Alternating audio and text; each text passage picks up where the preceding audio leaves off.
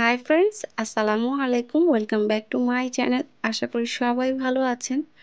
নতুন একটি রেসিপি নিয়ে চলে এলাম। অনেকেই অনেকভাবে ফিশ ফ্রাই করে থাকে। তো আমি যেভাবে ফিশ ফ্রাই করেছি, আমি সেই রেসিপিটাই আজকে আপনাদের সাথে শেয়ার করব। তো চলুন ভিডিওটি দেখে নেওয়া যাক। ফিশ ফ্রাই করার জন্য প্রথমেই মাছটিকে ম্যারিনেট করে নিতে হবে। আর মাছ ম্যারিনেট করার জন্য আমি এখানে কিছু মশলা ব্যবহার করেছি। আমি নিয়েছি 1 চামচ মরিচের গুঁড়া, 1 চামচ লবণ, 1 টুকরো লেবু, কয়েক টুকরো রসুন আর কিছু সামান্য পরিমাণের মেথি। আর স্বাদের জন্য আমি একটু টেস্টিং সল্ট ব্যবহার করব।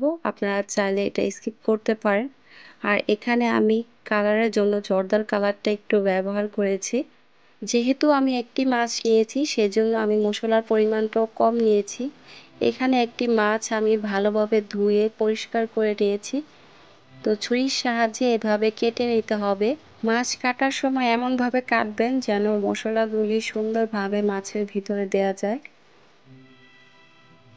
শুকনো মশলাগুলি দিয়ে এখন আমি একটি পেস্ট তৈরি করে নিব। এর জন্য আমি প্রথমে দিয়ে দিচ্ছি মেথি। মেথিগুলিকে ভালোভাবে পেস্ট করে নিতে হবে। আর এই কাজটি কিন্তু আপনারা পাটায় বা ব্লেন্ডারও করতে পারেন। আর এখন দিয়ে দেব রসুন।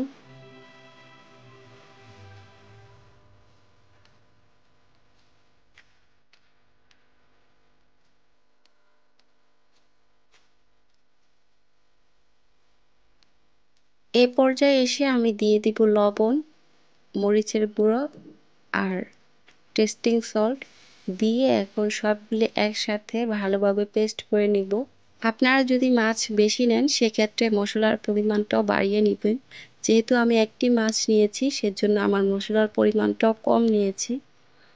এখন সেই পেস্ট করা মশলা দিয়ে মাছটিকে ভালোভাবে মাখিয়ে নিব। আর দিয়ে দিব এখন লেবুর রস। লেবুর রস দিয়ে মাছটিকে ভালোভাবে মাখিয়ে নিতে হবে। আর এই কাজটি খুব ভালোভাবে করতে হবে যেন সমস্ত মশলাগুলি মাছের ভেতরে ঢুকে যায়।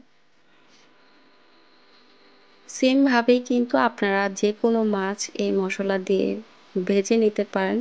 অনেক সময় অনেকেই মাছ খেতে চায় না বা পছন্দ করে না। যদি এইভাবে মাছ ভেজে দেন আশা করি তারা অনেক পছন্দ করবে। আর খুব ভালোভাবে কিন্তু মশলাটা এভাবে মাছের ভিতরে দিয়ে ভালোভাবে মাখিয়ে নিতে হবে।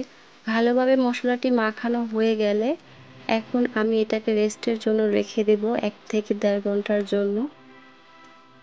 আপনাদের হাতে যদি সময় না থাকে সেক্ষেত্রে আপনারা কিন্তু সাথে সাথেই ভেজে নিতে পারেন।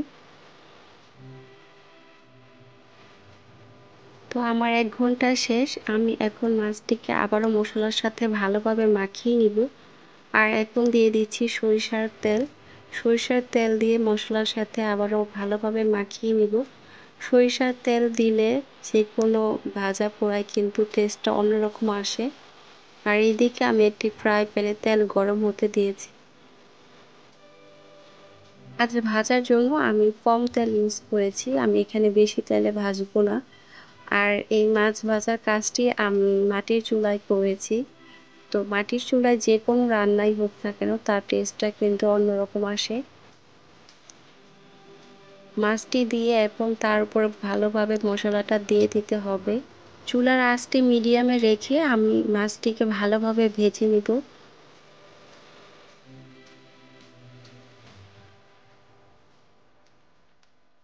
এক পাশ ভাজা হয়ে গেলে এখন আমি মাছটিকে উল্টে দিব।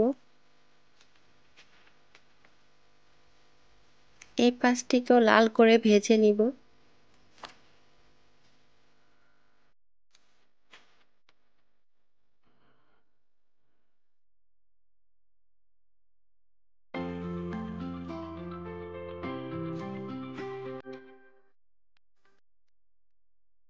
আমার মাছটি ভাজা হয়ে গেছে, সুন্দর একটি কালার চলে এসেছে। আমি এর থেকে বেশি আর ভাজবো না, আমি এখন প্লেটে তুলে নিব। দেখতেই পাচ্ছেন কতটা সুন্দর কালার এসেছে। আর দেখতে যেমন হয়েছে খেতে কিন্তু ততটাই মজার হয়েছে। আর ভিতরটা কিন্তু অনেক নরম এবং জুসি ছিল। লেবু আর ধনিয়া পাতা দিয়ে এখন মাছটিকে আমি ডেকোরেশন করে নিলাম। দেখতে কত সুন্দর লাগছে তাই না? যে কোনো খাবার যেমনই হোক না কেন যদি পরিবেশনটা অনেক সুন্দর হয় তবে কিন্তু খেতেও ভালো লাগে। আর অনেকেই মাছ পছন্দ করে না, মাছ খেতে চায় না। তাদেরকে যদি এইভাবে মাছ ভেজে দেওয়া হয়, আশা করি তারাও অনেক পছন্দ করবে। আর খুব সহজেই কিন্তু আমি আপনাদেরকে এই রেসিপিটি করে দেখানোর চেষ্টা করেছি। আশা করি আমার আজকের রেসিপিটি আপনাদের কাছে ভালো লেগেছে। যদি ভালো লেগে থাকে অবশ্যই ভিডিওতে একটি লাইক দিবেন। আপনার ফ্যামিলি ফ্রেন্ডের সাথে আমার ভিডিওটি শেয়ার করবেন। আবারও চলে আসবো নতুন কোনো রেসিপি নিয়ে। সে পর্যন্ত সবাই ভালো থাকবেন। আজকের মতো এইখানেই বিদায় নিচ্ছি। আল্লাহ হাফেজ।